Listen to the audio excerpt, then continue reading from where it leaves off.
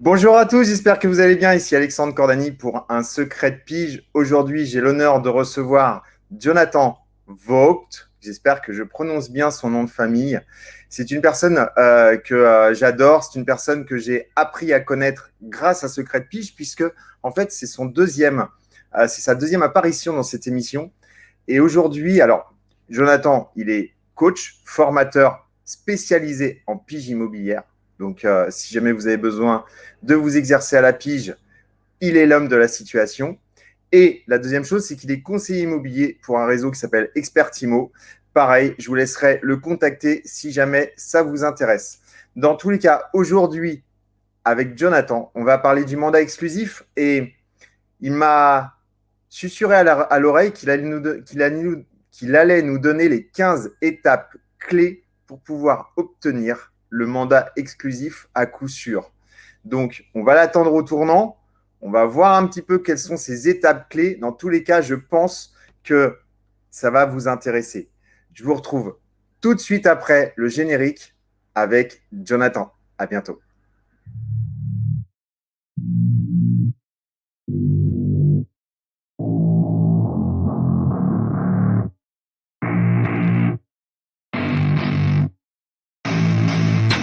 I don't get what I want, I get what I need. Every single day I'm heading off to my dream, and I get everything that I damn well please. I don't give a damn if you all listening to me, cause I run it. I'm the only one that really want it, I'm the only one that's really on it. I'm just being honest, I'm just doing everything I promise, cause I want it bad enough that I'ma make it as an artist. And I know I'm not the smartest, and I know I'm not the largest, but I promise you that I'ma be the one that worked the hardest, cause I promise you that I'm just getting started. And I promise you. Hello Jonathan, putain, Et j'ai bonjour. l'air petit. Voilà, je suis petit à côté de toi. Là, tu vois, j'essaye de remettre tranquillement pour pas que ça se voit trop. Comment vas-tu? Tu vas bien? Ça Ah, mais va. je fais 1m90, ça se voit pas à l'écran, mais je fais quand même 1m91 même, je crois. Ouais, ok. Donc, effectivement, tu es un peu plus grand que moi. Il y a Samuel qui nous dit coucou à tous les deux. Donc, c'est Salut, super Samuel. sympa. Ça me fait plaisir de te voir aujourd'hui, de te revoir dans cette émission, parce que la première émission Ben, sur moi la aussi. pige, sur les Ouais, objections à la pige, avait été, tu avais fait un carton sur cette ça a émission. bien tourné, ouais. Ouais. C'était vraiment pas mal. Et du coup, l'idée, c'était aujourd'hui de parler de mandats exclusifs. Et je pense qu'il y a beaucoup de choses à dire dans les mandats exclusifs parce que c'est un petit peu, on va dire, la, l'option qu'il faut avoir. C'est le plan A, comme disent certaines personnes. Il y a des personnes qui partent en fait juste avec leur plan A, sans plan B. Et notamment, c'est souvent les mandats exclusifs, hein, bien évidemment. Il y a Céline aussi qui te dit bonjour, Ah Jonathan. oui, Céline. Ah, salut Céline, j'espère que tu vas bien. On a déjà fait des lives ensemble d'ailleurs. On n'habite pas Et très ben loin. voilà. Et ben écoute, voilà, Une voilà. personne très très bien aussi. Céline a écrit un livre justement sur Facebook et très, très, très bon livre aussi qui m'a permis de m'aider aussi Et là, sur. tu as deux Céline. Hein. Tu as Céline Demann et Céline Jankowski. Donc là, tu as le choix du Tu roi. parlais de Céline Jankowski. Céline de Manès, je la connais pas. Ouais, elle est pareil. Elle a fait un secret de pige également que vous pourrez retrouver sur la chaîne YouTube. Et elle est coach formatrice, conseillère immobilier, agent immobilier, pas conseillère, agent immobilier. D'accord. Voilà. Donc aujourd'hui, je voudrais qu'on parle du mandat exclusif et ça tombe bien parce que c'est également ta spécialité. C'est également ce qui aujourd'hui t'anime, c'est le mandat exclusif.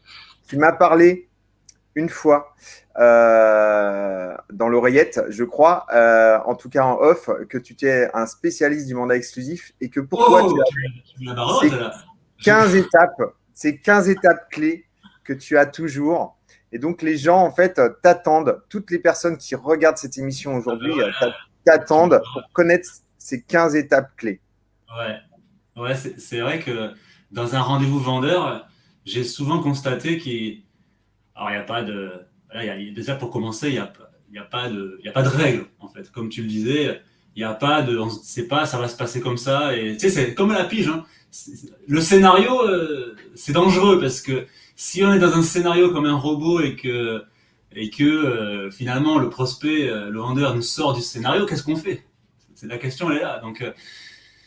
Donc, il faut, surtout pour les débutants, effectivement, avoir un cadre, puisque au même titre que la pige, il faut avoir le contrôle. c'est nous qui menons la barque, entre guillemets, pour ne pas se retrouver au bout de 4 heures de rendez-vous et rentrer bredouille, par exemple. Mais effectivement, oui, il faut essayer de contrôler le rendez-vous pour pouvoir effectivement arriver à nos fins.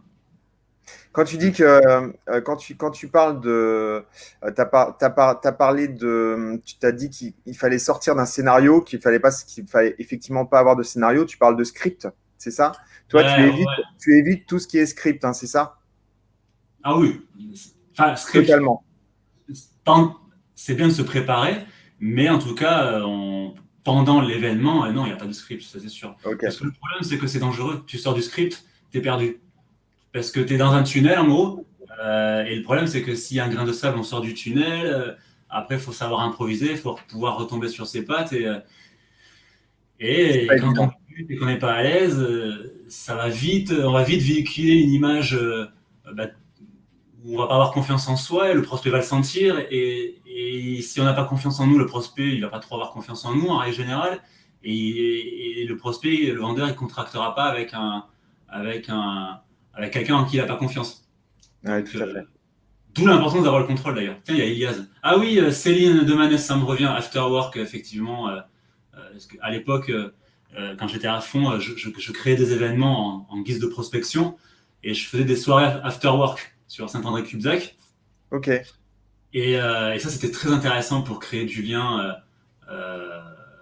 Ça me revient, ouais, pour créer du lien. Ça pourrait être intéressant dans un prochain secret de pige, si jamais ça t'intéresse. Comment créer du lien par des after-work? Ça peut être très intéressant. Et bien, suite au succès de ces after-work, j'avais même créé sur la commune de Cavignac un club d'entrepreneurs qui ressemblait un peu, alors moins un procédurier, mais un peu style BNI, tout ça. On était 35 un truc comme ça dans le club. Génial. Et ça, je suis sûr qu'il y a plein de gens qui seraient intéressés. On va se définir une autre date.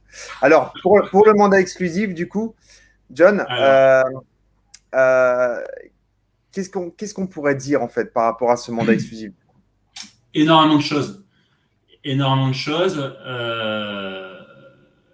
Tout d'abord, un mandat exclusif, il va falloir vérifier au préalable déjà que c'est possible juridiquement. On peut s'intéresser également au juridique, puisqu'on sait très bien que si on arrive et qu'il y a déjà des mandats simples en cours, comme c'est souvent le cas suite à une pige, déjà, ça va être compliqué. Ou alors, il va falloir faire résilier les mandats, ce qui est tout à fait possible d'ailleurs, si on n'est pas dans la période d'irrévocabilité. Donc, avant même de parler de la partie commerciale, le traitement des objections, intéressons-nous un petit peu à la partie juridique qui dit qu'effectivement, si le vendeur a déjà contracté, compliqué. Ou alors, il fallait passer par la phase résiliation afin que le vendeur soit libre de tout autre professionnel. C'est ça. Alors, effectivement... donc ça, c'est déjà la vérification juridique. Ouais. Parce qu'effectivement, l'exclusivité, c'est vrai qu'on le sait, c'est une très bonne... c'est un confort pour le professionnel, puisque qui dit exclusif dit pas de concurrence. En revanche, le premier conseil par rapport à l'exclusivité, je vais inviter les professionnels à faire attention aussi avec l'exclusivité. C'est-à-dire que moi, j'ai déjà vu certains coachs dire, vous devez, et certains réseaux même, vous devez avoir la philosophie de l'exclusivité et vous devez rentrer de l'exclu coûte que coûte. C'est comme ça, point. Personnellement, quelqu'un qui débute, on lui dit ça, il va essayer, pourquoi pas. Sauf que, pour plusieurs raisons, pour moi, c'est pas bon, cette mentalité. Moi, je préconise de voir ça déjà au cas par cas, en fait. Pourquoi c'est pas bon? Parce que déjà, pour commencer, quelqu'un qui débute, il a besoin de garder la vitrine. Alors, si on lui dit tu rentres que de l'exclu, bon courage pour quelqu'un qui débute, pour rentrer que de l'exclu, puisque ça va passer par une méthodologie assez stricte pour gagner la confiance du prospect. Il va falloir que juridiquement ce soit possible. Et on sait que pour remplir la vitrine le plus vite possible, qu'est-ce qu'on fait? On fait de la pige. Et on sait aussi qu'à la pige, dans 70% des cas, le bien sera déjà dans une autre agence. Donc, compliqué déjà. Quelqu'un, quand on débute, si on lui dit que tu fais que d'exclus, en gros, tu te coupes d'une grosse partie du marché, pour commencer. Exact. Ensuite, Ensuite, j'ai rapproché le micro parce que c'est vrai que je ne savais pas si on m'entendait bien. Ensuite, par rapport au bien en lui-même et par rapport au projet, je vais dire attention à l'exclu. Attention, pourquoi ? Parce qu'on sait très bien que si on rentre une exclue pas au prix, par exemple, ne serait-ce que 10 à 15% au-dessus du prix du marché, s'il n'y a pas de facteur de différenciation sur le bien, c'est-à-dire que ce n'est pas un bien éligible au coup de cœur, et qu'il n'y a rien de particulier, on sait qu'on ne va pas le vendre. Pourquoi ? Parce que l'acheteur aujourd'hui, c'est un internaute. Et un internaute, il a tous les outils inimaginables pour connaître le prix du bien, presque avant même de le visiter. Donc en gros, qu'est-ce qui va se passer ? Je rentre une exclue, très bien, ok. Exclu avec 3 mois d'irrévocabilité, la plupart du temps. Et qu'est-ce qui se passe au bout de 3 mois ? Eh bien, on n'a pas vendu. Et le vendeur, il va dire qu'on est bon à rien, parce qu'on n'a pas vendu. Même si on lui a dit au jour du mandat que c'était trop cher. Et qu'est-ce qu'il va faire ? Dans les 3/4 des cas, il va résilier l'exclu. Voire le mandat en entier. Donc au mieux, il va le transformer en mandat simple pour pouvoir contracter avec d'autres agences. Au pire, il va résilier, ce qui arrive régulièrement. Et le pire dans tout ça, c'est qu'il va mandater un autre professionnel au prix que vous lui avez dit quand vous avez fait le mandat. Ça, c'est pas rare. Ça nous est tous arrivé. Moi aussi. Hein.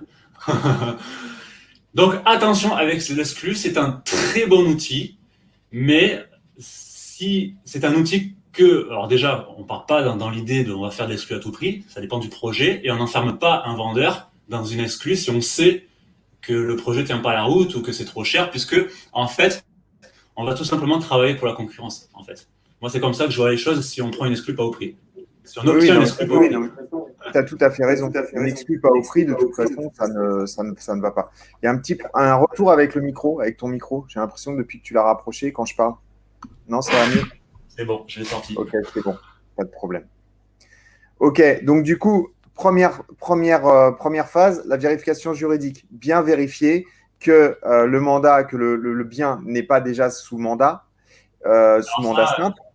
C'est pendant le rendez-vous, ça. On va le voir pendant les étapes. Mais oui, il faut s'en assurer, quoi. C'est ce que je voulais. Il faut s'en assurer.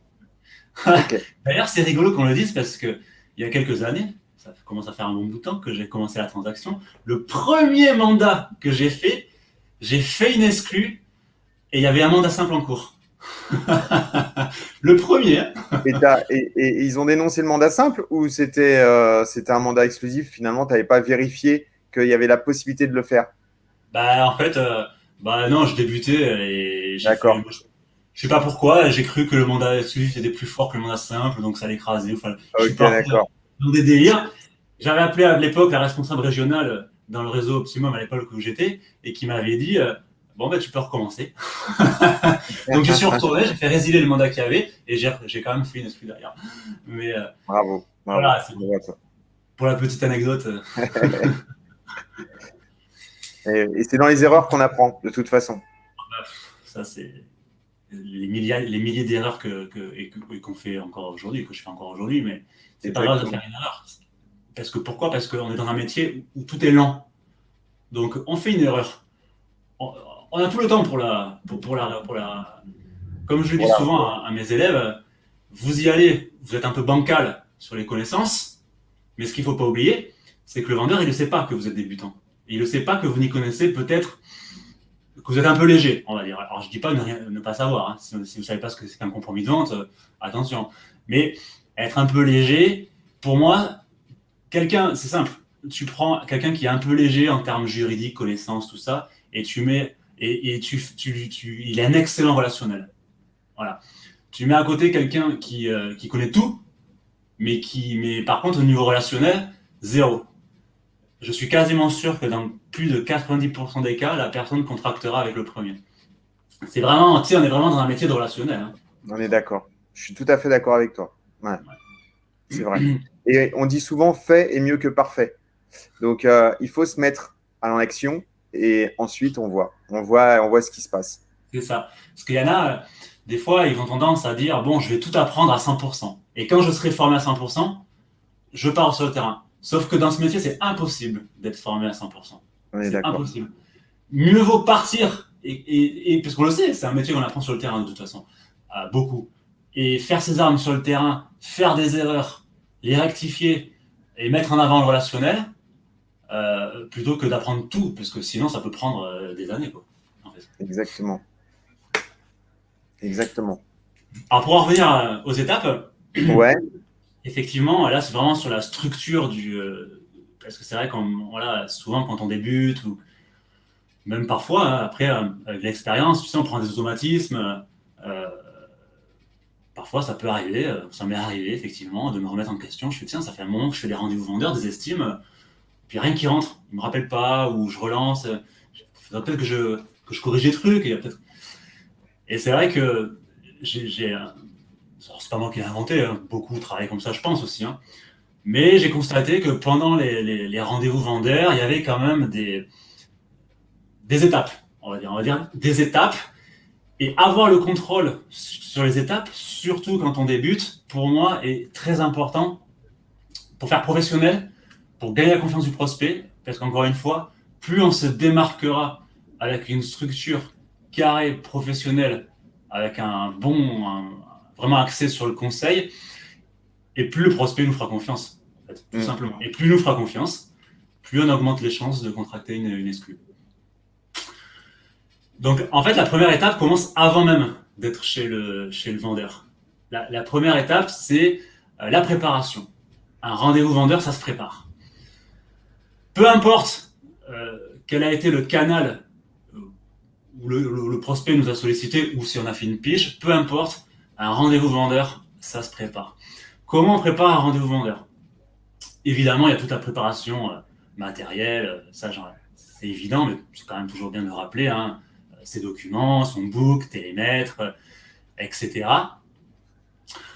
Mais aussi important, on va s'intéresser à notre prospect. On va s'intéresser à notre vendeur. C'est-à-dire que si on a pris un rendez-vous, normalement, on a les coordonnées. On a le nom, on a le prénom. Donc, ce que je préconise toujours pour en savoir plus sur le prospect, ça va être de taper son nom sur Facebook ou dans Google, par exemple. Parce que là, vous allez apprendre énormément de choses. Pourquoi c'est important de se préparer à notre prospect ? Tout simplement parce que plus on en saura sur lui, avant même de le voir, plus on aura des outils et plus on trouvera des points similaires, des points de comparaison, des similitudes. Peut-être une connaissance commune, peut-être un voyage commun, je ne sais pas. En tout cas, un point commun. Et là, j'en reviens à une notion qui est tu connais puisque tu es très dans la PNL, la synchronisation. Ça va nous aider à nous synchroniser avec notre prospect, et plus on sera synchronisé, plus il nous fera confiance. Et plus il nous fera confiance, je vous laisse finir. Donc, il faut préparer le rendez-vous vendeur, bien entendu. On va également chercher des informations sur le bien en lui-même, pourquoi pas, sur le type de bien. Éventuellement, si on débute, ça peut nous aider à faire une estimation. Alors, pas l'estimation avant, mais à avoir une tendance de ce qui se fait, à chercher peut-être des comparables. En tout cas, on fait une préparation matériel, bien sûr, une préparation sur le prospect et une préparation sur le bien, pour savoir à qui on va affaire. Un commercial, d'ailleurs, que ce soit en immobilier ou n'importe où, normalement, avant d'arriver, il doit connaître un maximum d'informations pour pouvoir aborder le rendez-vous. Quand tu parles de book vendeur, qu'est-ce que tu mets dans ton book vendeur ? Ça peut intéresser. Book vendeur, tiens, tu m'as demandé tout à l'heure si c'est vrai que j'ai tendance à pas trop présenter quand je fais des formations d'outils, mais là j'aurais pu le faire, mais bon, c'est pas grave.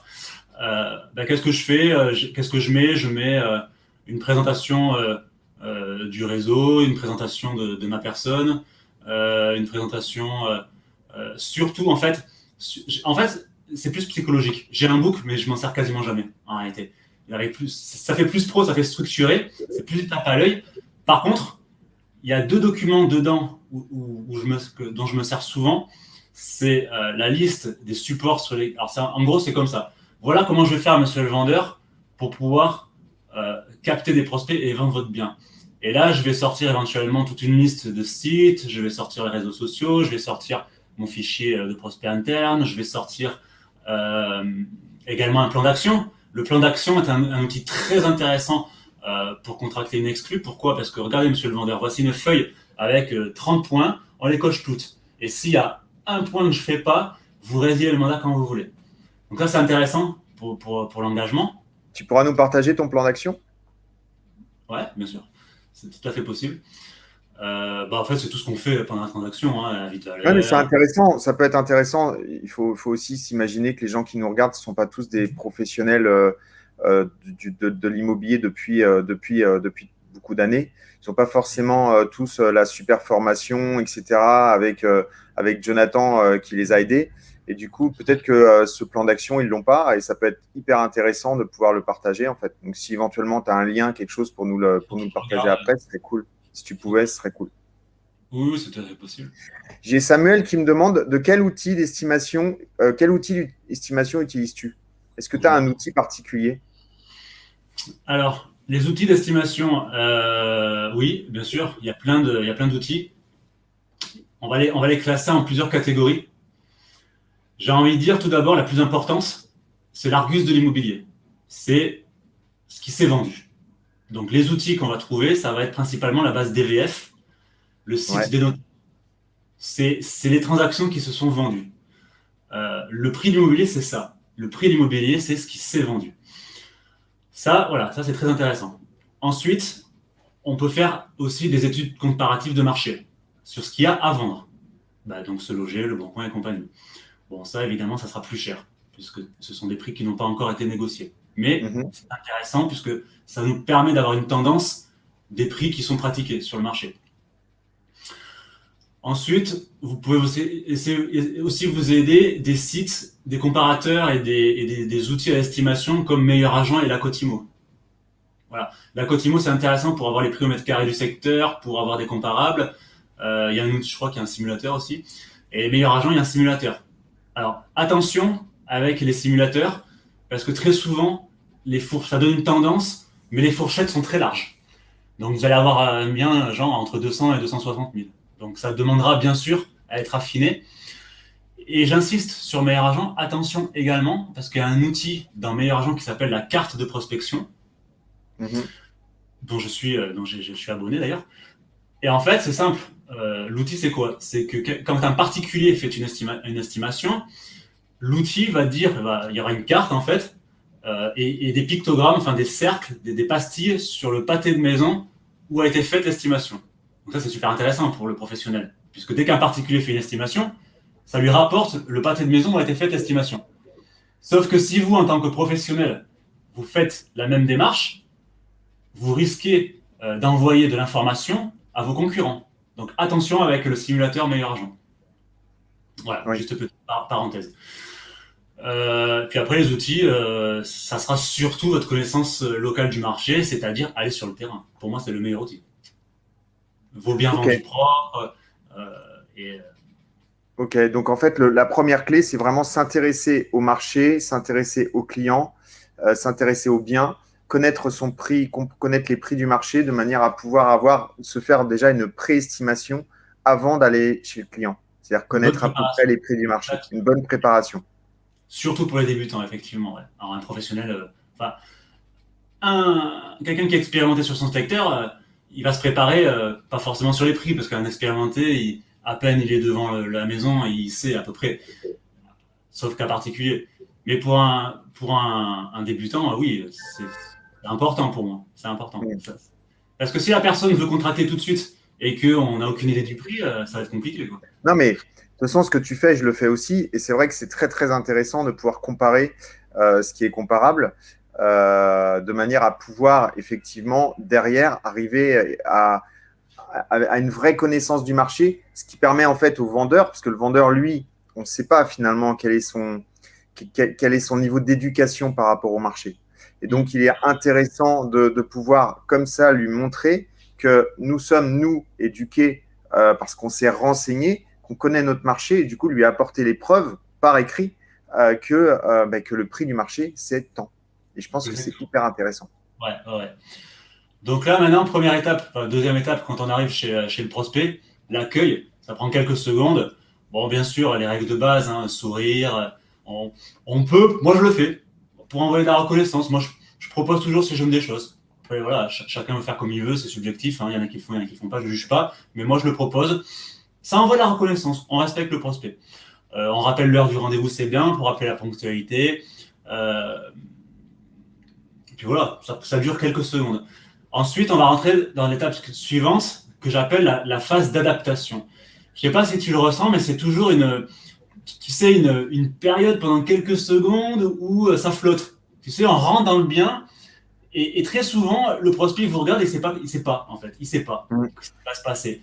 Et là, c'est très important parce que c'est à partir de cette étape-là qu'on prend le contrôle, en fait, sur le rendez-vous. Donc, moi, ce que je préconise toujours, parce que vous allez avoir plusieurs cas. Il y a des personnes qui ça va flotter, ils ne savent pas trop comment ça va se passer, et d'autres personnes qui vont vous dire tout de suite, allez, hop, hop, on visite, tac, tac, tac, tac. Et là, c'est le prospect qui contrôle. Sauf qu'il ne faut pas que ce soit le prospect qui contrôle. Donc, moi, ce que je préconise toujours à ce moment-là, c'est de toujours proposer à ce qu'on s'assoie à une table. Ok, monsieur le vendeur, je comprends. Bien sûr qu'on va aller visiter votre bien, je suis là pour ça. Par contre, est-ce qu'on peut se poser pour que je puisse prendre mon matériel? Est-ce qu'on peut s'asseoir? Voilà. Ou afin qu'on fasse un petit peu connaissance avant. En tout cas, il faut prendre le contrôle, il faut se poser. Tu poses le cadre. On met le cadre, exactement. C'est aussi pendant la période d'adaptation, ça, je le conseille aussi, qu'on va chercher, on va essayer, quand on rentre, de chercher des points communs. On l'a fait avant, mais on peut essayer de le faire aussi en rentrant. Je dis une bêtise, moi j'aime énormément, par exemple, qu'est-ce que j'aime moi? Les échecs, voilà. Je peux te dire que si je vois un échiquier, un élément de décoration bête, très souvent dans la pièce, parce que moi j'ai joué aux échecs en club pendant longtemps, si je vois un échiquier dans la pièce, je dis, ah, mais vous jouez aux échecs, je vois. Très bien. Et en tout cas, il est beau votre jeu. Du coup, vous jouez, et là, bim, direct. On enchaîne sur ça, et on entame le dialogue. Donc, c'est un peu, ça c'est très important, c'est la période d'adaptation. Et après, on s'assoit. Et la prochaine étape consistera, en fait, une fois qu'on est assis, bien sûr, on attrape tout son matos, et on va, en fait, en gros, l'idée, on peut se présenter, rappeler un petit peu pourquoi on est là, mais c'est une période, en fait, où j'aime bien parler de tout, sauf d'immobilier, en réalité. Alors, encore une fois, c'est au cas par cas. Ça va dépendre aussi de notre prospect. Il y a des prospects qui aiment bien quand on rentre vite dans le vif du sujet, et d'autres. Mais en règle générale, on le sait, on doit parler à peine 20% du rendez-vous, 20 à 30%. Pourquoi? Parce que c'est en gagnant la confiance, c'est en laissant parler le prospect qu'on gagne la confiance. Et les prospects adorent parler, les gens adorent parler, ils aiment raconter leurs histoires. Et nous, on est là tout simplement pour les écouter. Donc, on va s'intéresser à notre prospect. On va parler, on va essayer, de par notre préparation ou de par ce qu'on va trouver dans le salon, par exemple, on va essayer de trouver un point commun afin de faire parler notre prospect, afin d'augmenter nos chances de gagner sa confiance. Voilà. Ça, c'est une période qui peut durer à peu près 10 minutes, un quart d'heure, quoi. Là, tu es toujours dans la période d'adaptation? La période d'adaptation, c'est la période entre l'accueil et le moment où tu t'assois. Là, du coup, tu es assis. Là, tu es assis, tu commences à t'intéresser à ton prospect. Exactement. Mais pas d'immobilier. Voilà. Pas forcément d'immobilier. On s'intéresse à notre prospect. Voilà. Il faut trouver un point commun. Il faut trouver, tiens, le chien, il est beau votre chien, même si j'aime pas du tout les chiens, il s'appelle comment? On s'intéresse aux chiens. Ils adorent parler de leur chien. Ah, mais il a été vacciné il y a 3 semaines. C'est toujours comme ça. Et du coup, voilà. Et après, on va tranquillement se rabattre sur le projet. On va continuer à s'intéresser à notre prospect et on va méticuleusement le remettre sur l'immobilier. Donc, attention avec cette technique. Ça marche dans 90% des cas, dans le sens où les gens adorent parler. Mais attention si vous êtes sur un projet compliqué, sur un divorce qui se passe mal, sur une succession, par exemple, qui est super compliquée, où on sent que l'atmosphère est lourde, on le sent de toute façon. Bon là, on va pas arriver, alors ça roule. Non, là on va rester, voilà, on s'adapte, on se synchronise, on reste pro, mais là on va rentrer beaucoup plus vite dans le vif du sujet, en fonction du prospect. Mais même avec ce genre de personnes, en règle générale, on arrive toujours à trouver un point commun. Ce sont des personnes qui ont besoin de parler très souvent, donc on arrive quand même à trouver des leviers pour les faire parler. Après, alors là, au niveau de la présentation, soit on se présente avant, dès qu'on arrive à table, c'est possible, ou soit on se présente après cette période où on a parlé de tout et de rien. Les deux sont possibles. Moi, je le fais, ça dépend, c'est vraiment Au feeling. feeling. Au feeling. Ouais, c'est vraiment feeling. Il n'y a pas de règle exacte, mais en tout cas, ce qui est sûr, c'est qu'il faut le faire soit avant, soit après. Peu importe. 2 minutes, pas plus. Il n'y a pas besoin de plus. C'est. Tu parles de la présentation là. Ouais. On se présente, on donne la carte, on donne un calendrier, on donne un support, où il y a nos coordonnées. Et moi, j'aime bien faire une présentation comme ça. Très souvent, je demande connaissez-vous la différence ou savez-vous ce que c'est qu'un mandataire immobilier? Moi, j'aime bien commencer comme ça. Très souvent, ils disent non. Et là, j'enchaîne sur la présentation. Écoutez, c'est quelqu'un qui C'est travaille. pas mal ça. C'est pas mal parce que du coup, ça commence par un nom. C'est un peu le problème. C'est que si tu commences la discussion avec un nom, du coup, ils ont déjà prononcé un nom. Enfin, moi, personnellement, ça pourrait me déranger un petit peu. Mais il faudrait peut-être le voir pour que la personne te dise oui. Ce serait cool. Quelque chose qui permette en fait d'avoir un oui plutôt qu'un non. Mais oui, c'est pas mal parce que du coup, ça te permet de t'introduire après en tant que mandataire immobilier, savoir ce que c'est qu'un mandataire immobilier. Alors toi, tu es mandataire, pour les autres, ils font de même pour leur profession, enfin pour leur statut. Mais dans tous les cas, ça peut être effectivement intéressant. Et ça dure combien de temps à peu près la présentation? 2 minutes, c'est ça que tu disais? Je suis mandataire, mais j'ai le BTS. Je sais pas si je te l'ai dit, mais normalement, là, deuxième semestre, j'ouvre une agence. Ah, ok. D'accord, Je je demande savais pas. ma carte à la CCI, là, je pense. Ça va se Ok, faire, là. ok. Eh ben, écoute, félicitations. Nouveau challenge encore. Exactement, exactement. C'est un beau Excuse-moi, challenge. je t'ai coupé, excuse-moi. Non, c'était pour savoir, par rapport à l'étape présentation, combien de temps tu mets à peu près pour te présenter? Ouf, 2 minutes, entre 2 et 2 minutes. 5. Entre 2 et 5 minutes. Ça D'accord. suffit. Ils Ok. savent pourquoi vous êtes là. Il y a pas... Par contre, voilà, je tiens quand même à insister sur cette différence qu'il y a. Parce que, en fait, dans 99% des cas, ils ne savent pas la différence entre un agent et un mandataire. Donc, je rappelle le cadre juridique, parce que le métier sur le terrain, c'est le même, hein, à part le fait qu'il n'y a pas la structure physique et qu'il n'y a pas la capacité à contracter les compromis en direct. Grosso modo, sur le terrain, c'est de l'entremise. Donc, évidemment, si on a envie de critiquer les agents immobiliers, on va s'abstenir, bien entendu, puisque ça marche. Faut pas. Hein. On n'essaie jamais de casser la concurrence, ou alors si on le fait de façon à ce que le prospect réfléchisse et que ça vienne de lui, en posant des questions, par exemple. Mais en tout cas, on ne casse jamais la concurrence. Moi, j'ai toujours l'habitude de dire qu'il y a des bons et des mauvais partout, de toute façon, que ce soit en agence ou dans les réseaux et dans tous les métiers. Donc, on reste bien sûr à sa place. La présentation, c'est 5 minutes maximum. Puisqu'ils le savent, ils savent que vous faites de l'entremise. Donc, il n'y a pas besoin Est-ce que tu te sers de ton book vendeur pour te présenter ou pas? Pas forcément? Non. Non. J'ai même pas de carte. J'ai plus de carte. Je n'en ai même pas refaites. Et très souvent, je donne là, tu vois, comme j'avais fait des calendriers de l'euro, je donne un calendrier, en fait. Comme ça, tu offres quelque chose. Et c'est vachement plus tu sais, tu te démarques par rapport à une carte. Ben, tenez, voilà ma carte, je leur fais. Et c'est un calendrier de l'euro au format A4 où ils pourront remettre leurs résultats et tout ça. Et il y a mes coordonnées comme une carte. J'essaie toujours de donner quelque chose, tu sais, qui reste. Des fois, à un moment donné, je donne un stylo. Tenez, voilà ma carte. Et je sortais un stylo, je vous l'offre. Et il y a mes coordonnées, tu vois. Je suis plus dans cette optique-là, tu vois, plutôt qu'une carte. Non, j'ai pas de carte, en fait. Pourquoi pas? Ouais. Et puis comme ça, tu sais, tu donnes quelque chose. Et le cerveau humain, en règle générale, il est conditionné pour rendre quand il reçoit. La réciprocité. Exactement. On l'a lu dans le même bouquin, je crois. Hein. C'est Cialdini. Influence et manipulation de Robert Cialdini. Fantastique ce livre. Alors là, ensuite, une fois qu'on est présenté, on va s'intéresser au bien. Donc, et surtout sur le projet du prospect. Le secret, ça c'est un des meilleurs conseils de ce live. Le conseil, c'est le projet. La clé de la vente, c'est le projet. Un vendeur qui n'a pas de projet, il n'est pas vendeur. Quelqu'un qui vous dit, parce qu'évidemment, là, vous vous intéressez au projet. Donc, vous allez demander pourquoi il vend, depuis quand. On s'intéresse au projet avant l'achat, pendant la vie du projet et après. Il faut poser au moins une quinzaine de questions. Donc, le passé, le présent, le futur. Exactement. Donc, pourquoi il vend, etc. S'il commence à vous dire, parce que très souvent, on vend parce qu'on veut faire, on veut tenter la plus-value, on veut tenter un coup, mais de toute façon, on s'en fout. Si on ne vend pas dans 2 mois, dans 3 mois, on met en location. Ça arrive souvent, ça.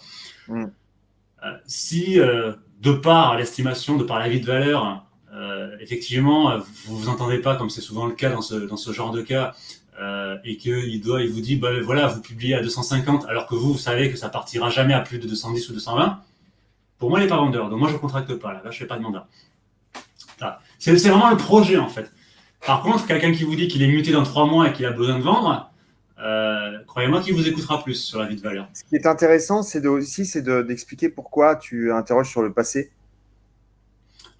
J'aime bien connaître l'expérience immobilière de mon prospect. J'aime bien savoir s'il a déjà été propriétaire, s'il est investisseur, s'il a déjà une expérience, des conditions dans lesquelles se sont faits l'achat. Ça me permet de me dresser un petit peu un profil sur l'expérience. Ça te permet aussi de voir son niveau d'éducation par rapport à l'immobilier aussi, et voir si effectivement il est déjà passé par une agence ou pas, donc s'il connaît le fonctionnement d'une agence. C'est ça. Et puis, si tu sais qu'il est déjà passé par une agence, tu sais qu'il sera ouvert plus facilement à contracter que quelqu'un qui est passé de PAP, par exemple. Et peut-être savoir aussi comment ça s'est passé avec l'agence. Savoir si ça s'est bien passé, qu'est-ce qu'ils ont aimé avec l'agence et qu'est-ce qu'ils auraient aimé avoir peut-être. Comme ça te permet en fait déjà de guider en fait par rapport à ton argumentation après peut-être. C'est très intéressant, ouais. Si il te dit ouais, ça arrive des fois en plus, on est passé par X, mais par contre question suivie moyen quoi. D'accord. Et là tu rebondis direct et quel genre de suivi auriez-vous voulu avoir? Et là, en fait, il te donne toutes les infos après pour argumenter, quoi. C'est ça, exactement. C'est hyper intéressant ce que tu dis. Ensuite, une fois que je fais rapidement parce que tu sais qu'après j'ai des contraintes. Ensuite, on va s'intéresser. Donc, on s'est intéressé au projet. Donc là, on a tout sur le projet du vendeur. Le projet. Pourquoi il vend? Quel est le degré d'urgence du projet? On visite le bien. On visite le bien, on prend toutes les infos dont on a besoin, on mesure, on pose toutes les questions dont on a besoin de savoir. Donc c'est là où vraiment on visite. Donc ça dure, en fonction des biens, ça va durer, c'est variable, hein, ça peut durer 10 minutes comme une demi-heure, quoi, en fonction du bien. Ensuite, on revient à table. J'ai juste une question par rapport à la visite. Est-ce que est-ce que c'est toi qui mènes la visite ou si c'est eux qui te devancent et du coup tu leur demandes peut-être de visiter comme s'ils présentaient leur bien, s'ils devaient le vendre ou pas du tout, ou de la façon dont ils vivent tout simplement. En fait, je fais toujours comme ça. Bon, écoutez, ce que je vous propose, c'est que vous me fassiez découvrir votre bien. Allez, je vous suis. Vendez-moi votre bien. Vendez-moi votre bien, tu dis. Toujours avec une petite bonne d'humour, tu sais, ils aiment bien souvent. Ouais, c'est intéressant parce que le vendez-moi votre bien, il est intéressant. Parce que du coup, ça les met dans une position aussi où il faut qu'ils t'expliquent réellement les avantages, etc. Et puis, tu es toujours dans la vente, quoi. Tu es là pour vendre, tu n'es pas là pour faire de la figuration, quoi. Ouais, tout à fait. Une fois qu'on a visité le bien, donc en fonction des projets, des fois, vous aurez surtout pour les maisons contemporaines, il y aura des plans. Donc, moi, je ne mesure pas. S'il n'y a pas eu de modification, je me réfère au relevé. Sinon, je mesure, évidemment. Je ne me fie surtout pas à ce que me dit le vendeur. Oh, elle fait 150 mètres carrés. Je vais le mesurer, elle fait 120. Hein. Ça arrive très souvent. Donc, faire attention à ça. Puisque là, on peut être après par la suite, si on vend 120 faut pas oublier que le vendeur, il a une obligation de délivrance. Hein. Et l'obligation de délivrance, la superficie fait partie de l'obligation de délivrance. Donc, si l'acheteur ici a un bien à 150 mètres carrés et qu'on lui vend 120, si ça part au tribunal, pas bon pour le vendeur. Et le professionnel, la responsabilité du professionnel peut être engagée aussi. Donc, c'est pour ça que je conseille toujours de mesurer. Dès qu'on a un doute. Le terrain, pareil. Hein. Le terrain, il y a juste à regarder sur le titre de propriété. C'est pas compliqué. Sur le cadastre, cadastre.gouv.fr aussi, vous pouvez regarder. S'il n'y a pas le titre. Une fois qu'on a visité le bien, on retourne à la table, là où on était. Et là, on va prendre les dernières informations qui nous manquent. Comme par exemple les diagnostics. C'est là où, justement, c'est là qu'on va regarder le titre de propriété. Là, c'est plus sur la partie, on va dire, technique et juridique du bien. D'accord? Donc, servitude, type de propriété, diagnostic, tout ce qui englobe le bien, derniers éléments techniques sur le bien. Là, à la fin de cette partie-là, vous êtes censé tout savoir. Hein. Sur le projet, vous avez tout noté. Là, vous êtes à peu près, pour un bon rendez-vous vendeur, là, quand vous retournez à table et que vous avez tous les éléments du bien, vous êtes environ à 1h30 de rendez-vous. Hein. Voilà, pour tout faire. En moyenne, hein, c'est toujours une moyenne. Hein. Entre 1h15 et 1h30, quoi. Et là, vous savez tout sur le bien. Et c'est le fameux moment où il va falloir prendre une décision. Est-ce qu'on fait un R1 ou un R2 ? Le fameux R1 et R2. Alors moi, je suis un grand partisan du R1. Je suis pas fan du R2, mais je ne le critique pas parce que alors c'est très rare, ça m'arrive d'en faire quand vraiment c'est des biens particuliers, que j'ai besoin de besoin de creuser un peu.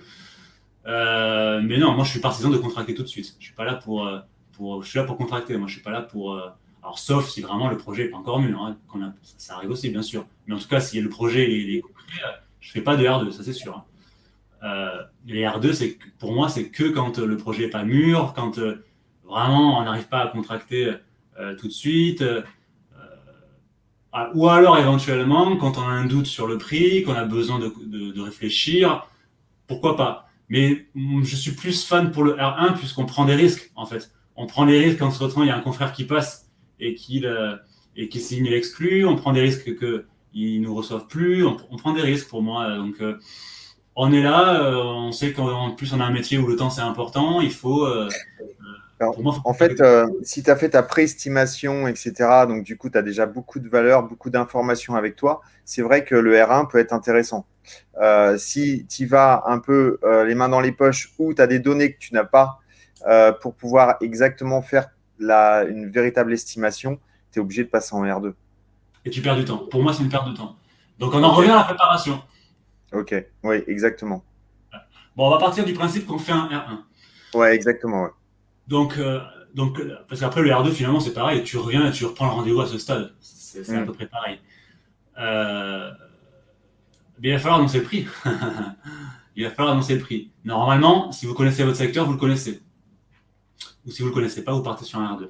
Si vous le connaissez, donc évidemment, on donne toujours une fourchette. On ne donne pas un prix. Moi, souvent, le prix, je l'annonce comme ça. Comment pensez-vous, monsieur le vendeur, combien pensez-vous, monsieur le vendeur, qu'un acheteur va investir sur votre bien ? Tu vois, j'aime bien pour prendre la température, tu vois. Alors après, on peut avoir toutes les réponses. Hein. Il y en a qui vont vous dire un prix, il y en a qui vont dire c'est pour ça que vous êtes là, donnez-moi un prix. Tous les cas de figure sont possibles. Mais vous, monsieur le vendeur, vous avez forcément une idée. Combien pensez-vous qu'un acheteur va investir sur votre bien ? Vous reposez une deuxième fois la question. S'il ne répond pas, bon là, vous n'essayez pas une troisième fois. Par contre, s'il vous le dit, vous le dit. Et là, on annonce une fourchette. La fourchette, ça va être entre 200 et 220, par exemple. On dit toujours une fourchette parce que c'est que de la spéculation. Tant que le prix n'est pas signé, le prix, quand je leur dis le prix de votre bien, c'est quand vous serez signé votre acte. Avant, c'est que de la spéculation. C'est le reflet du marché local. Donc votre bien, il a plusieurs prix. Le prix que vous l'avez acheté, le prix des éventuellement travaux que vous avez fait, des éventuels travaux, le prix du marché, le prix que vous proposez et le prix que vous allez signer. Ça en fait des prix. C'est pour ça qu'on donne une fourchette. Fourchette basse, fourchette haute. Et en fonction de votre degré d'urgence, on ajuste le curseur. C'est-à-dire qu'en dessous de la fourchette basse, pas bon pour vous parce que c'est pas du bradage, mais c'est vraiment en dessous de la fourchette basse. Et fourchette haute, j'aime pas ce mot bradage, parce que sur des grosses sommes, on brade jamais. Et fourchette haute, au-dessus, votre projet, pour moi, est irréalisable. Ou alors, vous vous en remettez à la chance et pas une vraie stratégie. Parfois, ça marche. Mais je leur dis, parfois, ça marche. Hein, mais c'est comme aller au casino. Vous avez une chance sur... Et du coup, ils sont toujours d'accord avec toi au niveau des prix ? Non. Non. Bien sûr que non. Ça serait trop facile. C'est clair. Par contre, le prix que je donne, je l'argumente et je le justifie. Je le justifie de par les facteurs économiques. En fait, tu sais, tu es toujours dans l'éducation. C'est-à-dire que je l'argumente. Je l'argumente par des facteurs juridiques, par des facteurs économiques, par des facteurs sociaux, des facteurs de marché, le prix de la construction. Je détaille vraiment. Voilà. Et je leur dis, voilà, avec tous les avantages. Alors, avant d'annoncer le prix, je fais toujours un récapitulatif des avantages et des objections que le vendeur pourrait avoir. Bien sûr, pour que ça soit aussi justifié. Et je dis, avec les avantages et les objections que vous auriez sur votre bien, votre fourchette théorique se situe entre temps et temps. En dessous, perte de chance. Au-dessus, impossible. Ou gros coup de bol. Voilà. Et donc là, soit ils sont d'accord, ou soit ils ne sont pas d'accord, hein, comme ça arrive souvent. On va dire qu'ils ne sont pas d'accord. On va dire qu'ils ne sont pas d'accord. Comme ça arrive souvent. C'est mieux, c'est plus intéressant. Il faut argumenter. Quand vous argumentez, je vous conseille, et là j'en reviens à l'étape 2 ou 3, à savoir le projet. Le fameux projet qui revient au centre. Monsieur le vendeur, alors quand on argumente, alors ça marche aussi en renégociation de prix. Monsieur le vendeur, vous m'avez dit tout à l'heure que dans 3 mois, vous étiez muté. Si on n'a pas vendu dans 3 mois, le bien sera vacant, il vous coûtera de l'argent. Qu'est-ce qu'on fait si vous n'avez pas vendu dans 3 mois? On argumente sur le projet, on argumente sur quelque chose qui intéresse le vendeur, sur des notions subjectives. Toi, tu es vendeur, je te dis, il faut baisser ou il faut se mettre à temps parce que c'est pas le prix du marché, personne ne va acheter, le prix du marché, c'est entre temps et 100. Ok, t'as entendu. Maintenant, je te dis, monsieur le vendeur, il faut se mettre dans ça ou ça parce que effectivement, c'est les prix du marché, c'est la fourchette théorique, c'est comme ça, on l'a vu. Mais c'est surtout que, monsieur le vendeur, si vous m'écoutez pas, dans 6 mois, on y est encore. Sauf que dans 3 mois, vous déménagez, je crois. Ou vous m'avez dit tout à l'heure que le bien il était trop grand et que ça va vous fatiguer considérablement pour l'entretien. Ou vous m'avez dit que vous vouliez forcément vous rapprocher de votre famille, de vos petits-enfants. Mais là, vos enfants, vous les verrez dans 1 an, là, à ce rythme. Voilà. En gros, il faut taper là où ça fait mal. Et là où ça fait mal, entre guillemets, c'est des notions subjectives. Donc, on argumente sur le projet.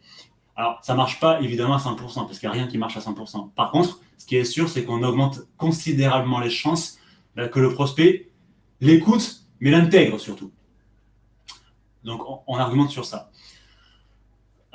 Une fois que vous êtes d'accord sur le prix, alors si vous n'êtes pas d'accord sur le prix, il faut trouver un compromis, il faut arriver à le faire baisser et d'arriver à quelque chose qui sera, comme ça arrive souvent, un peu haut, mais vendable. Voilà. Moi, par exemple, je te donne ma technique. Je leur dis, écoutez, si vraiment vous voulez essayer à ce prix-là, alors il ne faut pas non plus que ça soit trop haut par rapport au prix de l'estimation, parce que sinon, c'est invendable. Non, mais je leur dis souvent, écoutez, voilà ce qu'on peut faire. On peut essayer pendant 15 jours, les 15 premiers jours de l'exclusivité, on va essayer à votre prix. Et je vous fais un retour au bout de 15 jours. Et dans 15 jours, on voit ce qui se passe. Si effectivement, je n'ai pas eu d'appel, c'est que c'est trop cher. Si j'ai eu des visites, mais pas d'offres, c'est que c'est trop cher. À chaque fois que je fais une visite, je vous ferai un compte-rendu de visite et je leur demanderai ce qu'ils pensent du prix et ils nous le diront. Donc, au final, on aura quand même des signaux qui vous permettront en fait de pouvoir, à un moment donné, attends, parce que j'ai Siri qui s'est mis en route. Hop. À un moment donné, il y aura des signaux qui vont nous permettre en fait de pouvoir modifier, qui vous donneront un état du marché et qui vous permettront finalement de vous remettre à un prix qui correspond à mon estimation. Voilà ce que je leur dis. Et moi, c'est exactement cette technique que je fais et je vais même encore plus loin. C'est-à-dire que l'avenant, je le fais signer le jour du mandat. C'est-à-dire que tout ce que tu viens de dire, je le dis. Par contre, tu fais signer un avenant au jour du mandat? Direct. Je fais monsieur le vendeur. Ok, on fait un essai. Ah ouais, moi je le fais direct. On fait un essai, monsieur le vendeur. Allez, on est audacieux, on le tente pendant 1 mois. Bim. Par contre, regardez, là je sors un avenant. Dans 1 mois, si ça n'a pas marché, alors évidemment, je l'appelle avant. C'est-à-dire que. Ah oui, bien sûr, bien sûr. Monsieur le vendeur, dans 1 mois, bon évidemment, il y aura tous les comptes rendus que tu as évoqués, bien entendu. Par contre, si on est toujours dans 1 mois, je vous appelle, on fait le point et on met en route l'avenant. Mais je le fais signer tout de suite, l'avenant, parce que sinon, après, tu te retrouves à suivre des vendeurs, ils vont te dire, ouais, on attend encore 2 semaines, on attend encore 3 mois, nanana. Ok, et ils signent l'avenant? Ah oui, il signe. Je le date à dans 1 mois et puis c'est bon. D'accord, ok. Écoute, c'est une méthode que je ne connaissais pas. Mais... Donc, tu la mets à 1 mois plus tard. C'est ça. D'accord. Par contre, je suis carré. Hein. Si le mec, je suis carré. Si le mec il me dit non, après c'est au cas par cas. S'il se passe rien, je vais insister pour le faire. Monsieur le vendeur, on était d'accord.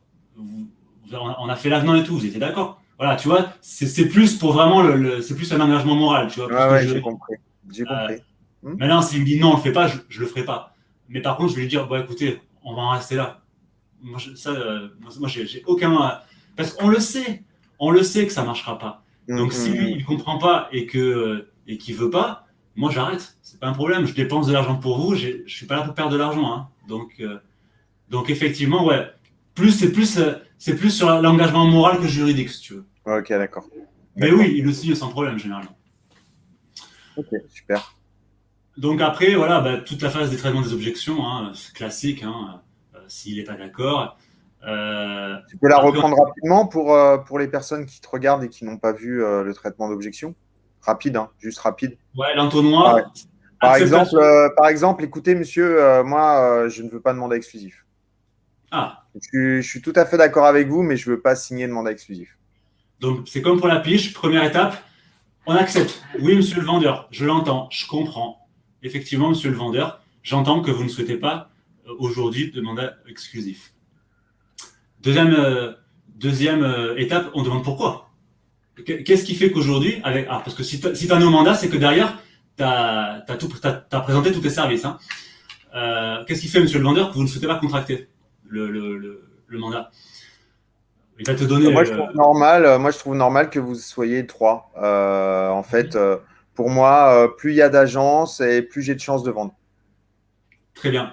Donc, pareil, aux mêmes techniques de la pige, il faut connaître là où les vraies objections. Donc, on isole par la suite. Ok, monsieur le vendeur, on reformule toujours entre les deux. Je comprends. Vous souhaitez donc, si j'ai bien compris, optimiser vos chances avec 3 professionnels. Et là, c'est ça, exactement. Et là, tu obtiens les oui. Tu as vu, là, tu fais cracher les oui. Ok, monsieur le vendeur. Après, tu passes au traitement. Donc, il n'y a que ça. Il n'y a que ça qui vous inquiète. En fait, oui, effectivement, c'est que ça. D'accord. Ok. Donc là, tu traites. Je comprends, monsieur le vendeur. Effectivement, vous pensez, à juste titre, que vous augmentez la visibilité avec 3 professionnels. Donc là, on va chercher les leviers maintenant. Par contre, monsieur le vendeur, est-ce que vous savez, finalement, que en surpubliant votre bien, c'est l'inverse qui va se passer? Est-ce que vous êtes au courant? Pourquoi? Pourquoi? Parce que vous vous adressez, donc vous allez éventuellement mandater plusieurs professionnels, sauf que le bien va s'adresser pour la même cible. Donc avec plusieurs professionnels, vous vous intéressez qu'à une seule personne finalement. Donc les mêmes clients. On a le même client, vous savez. C'est un peu comme si vous rentriez dans un magasin avec une paire de chaussures, par exemple, avec plusieurs prix. Parce qu'en plus, on a tous nos honoraires, chacun, ça ne sera même pas le même prix. Ce qui fait que ça va renvoyer une image peu professionnelle. Et c'est une invitation à négocier, en fait. C'est-à-dire que si vous mandatez 3 professionnels, il y aura certainement 3 prix différents. Le particulier, il ira vers le moins cher, forcément. On ferait tous pareil, nous le premier. Et en fait, vous allez véhiculer une image de biens qui ne se vendent pas, ou véhiculer une image de biens où vous êtes pressé. Et face à ça, le marché, alors, en plus, vous allez accélérer le phénomène d'usure, le fameux phénomène d'usure qui fait que plus le bien reste en publication et moins il se vendra. Ce qui fait que, tout simplement, vous risquez de vendre moins cher que ce qu'on a prévu aujourd'hui, puisque la surpublication accélère le phénomène d'usure. Donc, votre bien, en fait, monsieur le vendeur, en faisant comme ça, se retrouve son propre concurrent, en réalité. Vous vous retrouvez votre propre concurrent en surpubliant votre bien. Et le marché réagira de 2 façons. Soit il n'appellera pas, parce que personne n'a envie d'acheter un invendu, et personne n'a envie, ou alors ça va renvoyer une image de méfiance, ou soit il va appeler, mais il va comprendre que vous êtes pressé, et du coup, vous invitez l'acheteur à négocier, ni plus ni moins. C'est le risque que vous prenez, monsieur le vendeur. Est-ce que vous avez envie que ça se passe comme ça? Non. En revanche, avec un mandat exclusif, effectivement, alors mandat exclusif, monsieur le vendeur, c'est une belle preuve de confiance. Je vais donc effectivement mettre en place tout le plan d'action qu'on a vu. Très souvent, ils ont peur de se faire engager. Donc, ça se dénonce exactement de la même façon qu'un mandat simple, avec les 3 mois d'irrévocabilité. Et puis même ça, on peut la réduire si on n'a pas le choix. On peut faire un mandat sans en marquant dans les conditions particulières. Monsieur le vendeur, en fait, vous êtes inquiet parce que vous avez peur d'être engagé. Parce que souvent, c'est ça, vous pouvez me le dire. Très bien. Mais regardez, ça, c'est en cas de dernier recours. Je marque dans les conditions particulières que le présent mandat n'a aucune période d'irrévocabilité, ce qui fait que vous résiliez quand vous voulez. Vous m'envoyez un mail et tout s'arrête. Voilà. Aucun engagement, tu vois. Et régulièrement, ça passe. Hein. Tu fais ça? Tu fais des mandats exclusifs sans durée d'irrévocabilité? C'est rare. Hein. Juste avec 15 jours? Ouais, c'est quand même, parce que c'est quand même un risque que tu prends. C'est quand même un risque que tu prends là. C'est extrêmement rare. C'est vraiment ça m'est déjà arrivé. C'est le dernier recours, quoi. C'est le dernier recours. Mais voilà. Non, il faut d'abord se battre, argumenter tous les services. Après, si on n'a pas le choix, on réduit la période. Et dans le pire des cas, et encore une fois, l'exclu, c'est uniquement quand on sait que le projet vaut le coup. Hein. Attention.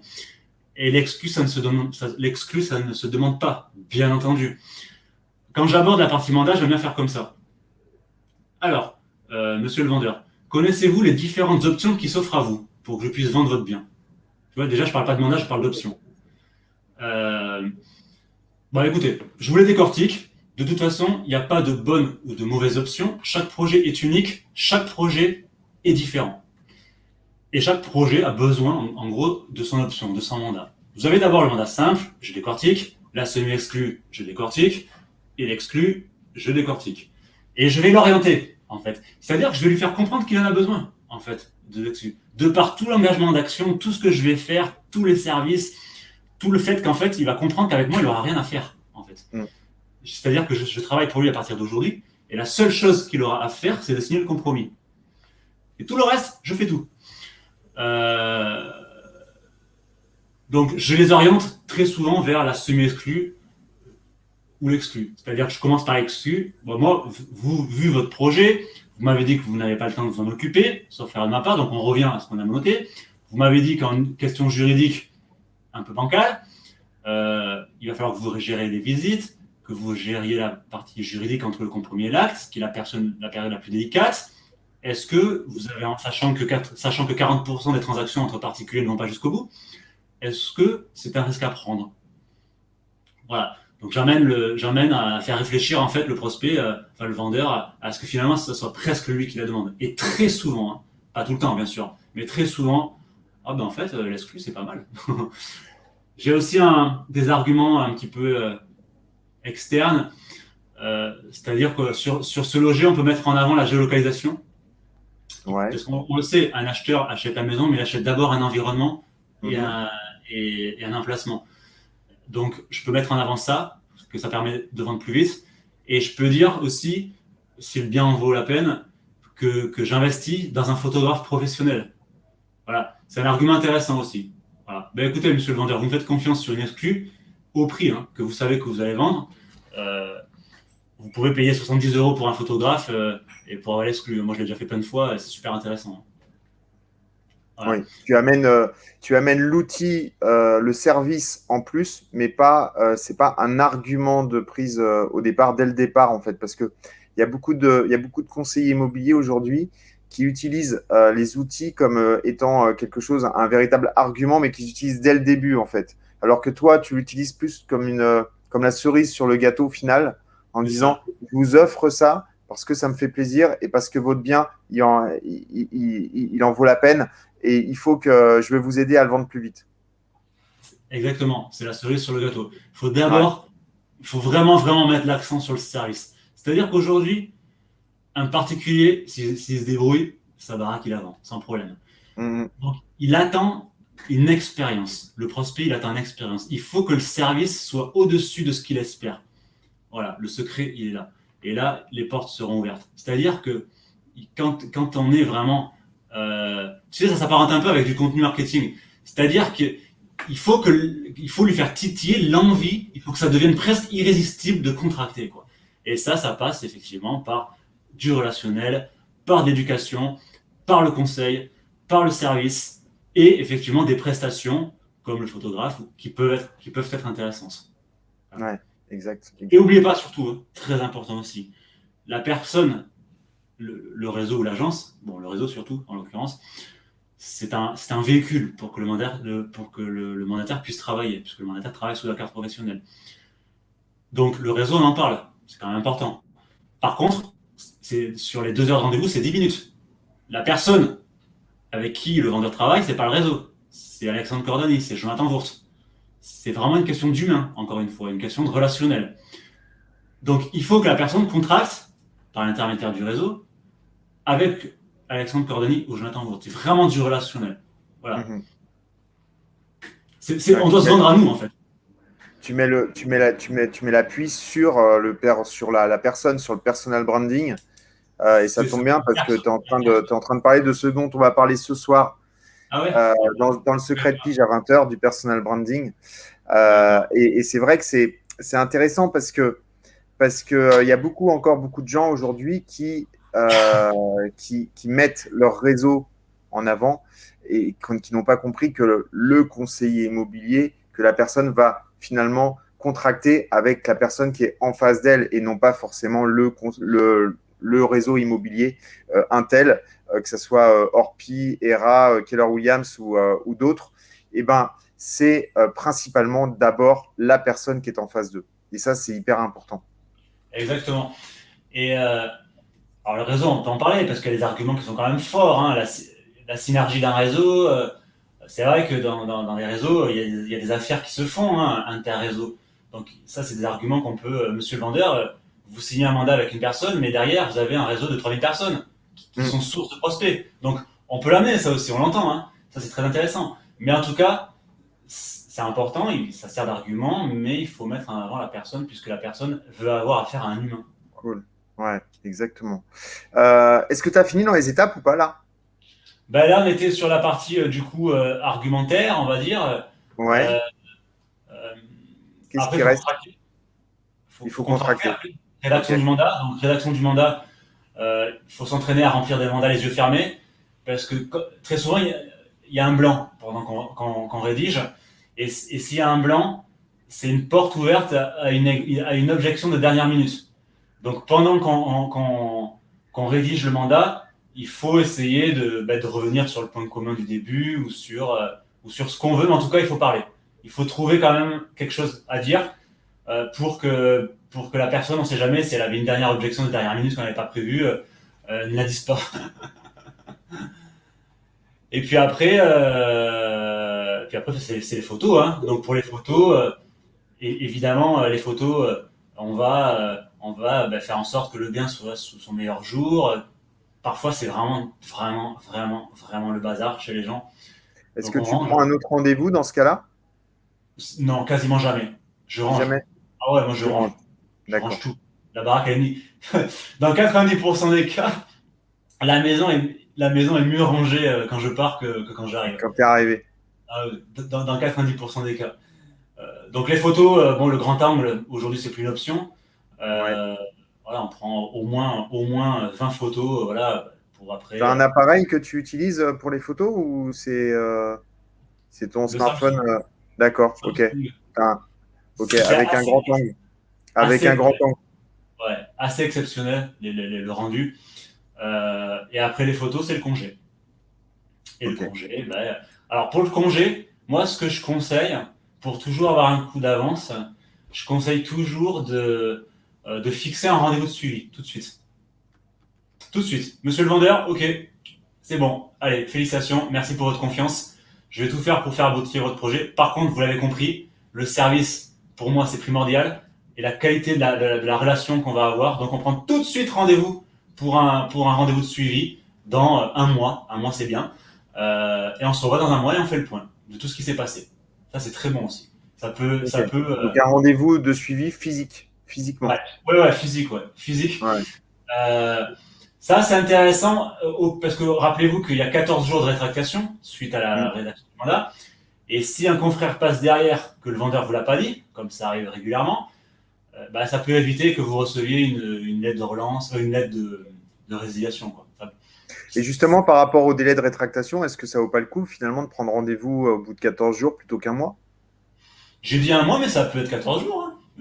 C'est comme Après, ça dépend. ça, tu es sûr que tu finis ton délai de rétractation sans lui dire Oui, et que oui, justement, ça peut permettre le fait de faire le premier point par rapport aux visites, aux premières visites, aux premiers appels et aux premières propositions éventuelles.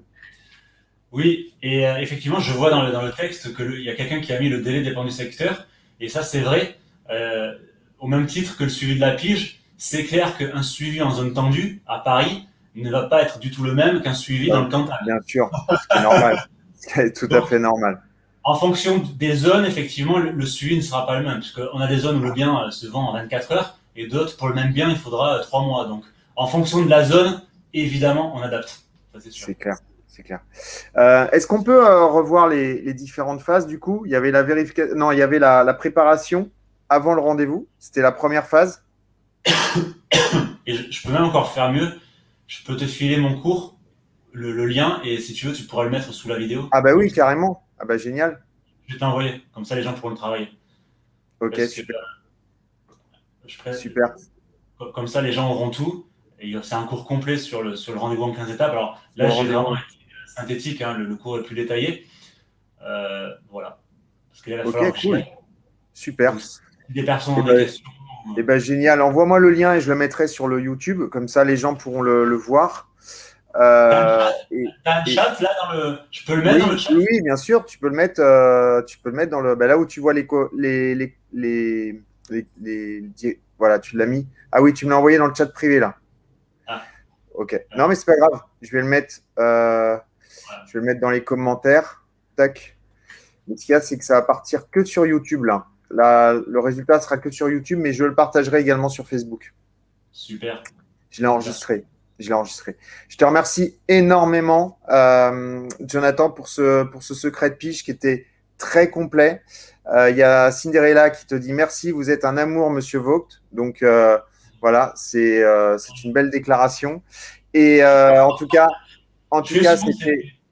c'était en tout bien, tout honneur. Hein, c'est une déclaration, mais en tout bien, tout honneur. L'idée, c'est effectivement d'aider les conseillers. Et je pense que là, tu as été au maximum de ce que tu pouvais donner en valeur. Donc ça, c'était cool. C'est un vrai cours que tu as fait. Je te remercie énormément parce que les conseillers en ont besoin.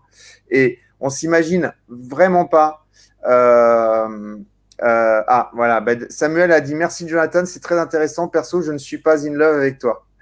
Après, s'il y en a qui veulent poser des questions, j'ai encore 5 minutes. Voilà. Si jamais vous avez des questions, allez-y, parce que c'est le moment. Il est là, il est en direct, il est en live. Nous sommes en live. Et n'hésitez absolument pas de poser vos questions si jamais il y a quelque chose que vous avez mal compris. Moi, en tout cas, j'ai bien compris qu'il fallait bien préparer avant le rendez-vous, que c'était primordial. Avoir un bel accueil. Si on veut avoir le bel accueil, c'est les 4-20. On a les 20 premières secondes, les 20 premiers mots, les 20 premiers centimètres sont hyper importants aussi. Tout ça, c'est important parce qu'il ne faut pas s'approcher trop près de la personne parce qu'effectivement, il a besoin de son espace.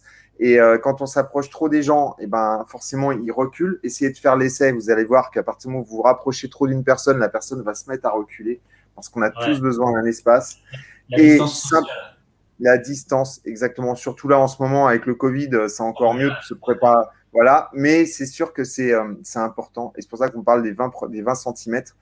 Euh, et, et, puis, euh, et puis, bien évidemment, questionner le client. Parce que ensuite, bah, tu nous l'as dit, Jonathan, dès qu'on l'a questionné, ça nous donne beaucoup, beaucoup de points d'appui. Ça nous donne beaucoup, beaucoup d'éléments qui nous permettront derrière de pouvoir argumenter, de pouvoir répondre aux objections. La personne qui nous dit, ben moi, j'ai besoin de vendre, d'avoir mon argent dans 6 mois, eh ben, c'est un point important parce que pour lui, ça paraît très loin, mais pour nous, on sait que 6 mois, c'est pas si loin que ça finalement. Ah bah, Et c'est que super. avec les délais de notariés, etc., eh ben, c'est maintenant en fait qu'il faut qu'il vende C'est et ça. il faut qu'il se dépêche de mettre le bon prix pour pouvoir vendre, pour récupérer son argent dans 6 mois. Donc ça, tout ça, c'est des choses qui sont hyper importantes, qu'on n'a pas forcément toujours l'habitude de prendre en considération parce qu'on est dans le feu de l'action, tout simplement. Et c'est bien, et les rappels sont vraiment hyper intéressants. Merci beaucoup, Jonathan. Je te Alors, c'est quoi le remercie. prochain qu'on fait je me rappelle plus. Le prochain qu'on fait, qu'on a dit ce matin, tout à l'heure, c'était quoi? Tout à l'heure, c'était sur la préparation d'événements. Ah ouais, alors en prospection, c'est une tuerie, ça. Ah ouais, et ben écoute, on se prend Le rendez-vous, relationnel local que on j'ai se fait prend avec ça. rendez-vous, on se prend rendez-vous en off sur la préparation d'événements pour pouvoir pour avoir pour la prospection, etc. Je pense que ça peut être vraiment un outil hyper puissant. Je vous rappelle que Jonathan, il a une page YouTube. Inscrivez-vous, abonnez-vous à sa page YouTube. Je vous rappelle que Secret de Pige, Alexandre Cordani, il a une page YouTube. Inscrivez-vous, abonnez-vous, c'est très important parce que ça nous permet à nous de faire monter les chaînes et ça nous permet en fait de pouvoir avoir une audience plus forte après. Vous ne serez pas spammé en vous abonnant à une chaîne YouTube. Donc, n'hésitez absolument pas. Abonnez-vous à toutes ces chaînes parce que c'est du lourd ce qu'on vous offre. Tout ça, c'est entièrement gratuit et c'est parce qu'on aime ce métier qu'on le fait et on aime le partage. Merci beaucoup, Jonathan. Allez, au plaisir. À très, très vite pour un prochain Secret de Pige. Et je vous retrouve pour les autres ce soir avec un Canadien que vous connaissez tous et ça va être génial.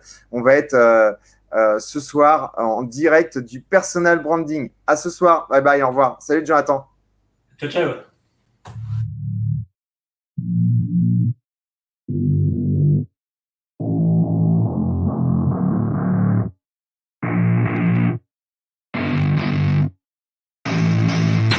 I don't get what I want, I get what I need. Every single day I'm heading off to my dream, and I get everything that I damn well please. I don't give a damn if you all listening to me, cause I run it. I'm the only one that really want it. I'm the only one that's really on it. I'm just being honest. I'm just doing everything I promise, cause I want it bad enough that I'ma make it as an artist. And I know I'm not the smartest, and I know I'm not the largest, but I promise you that I'ma be the one that worked the hardest, cause I promise you that I'm just getting started. And I promise you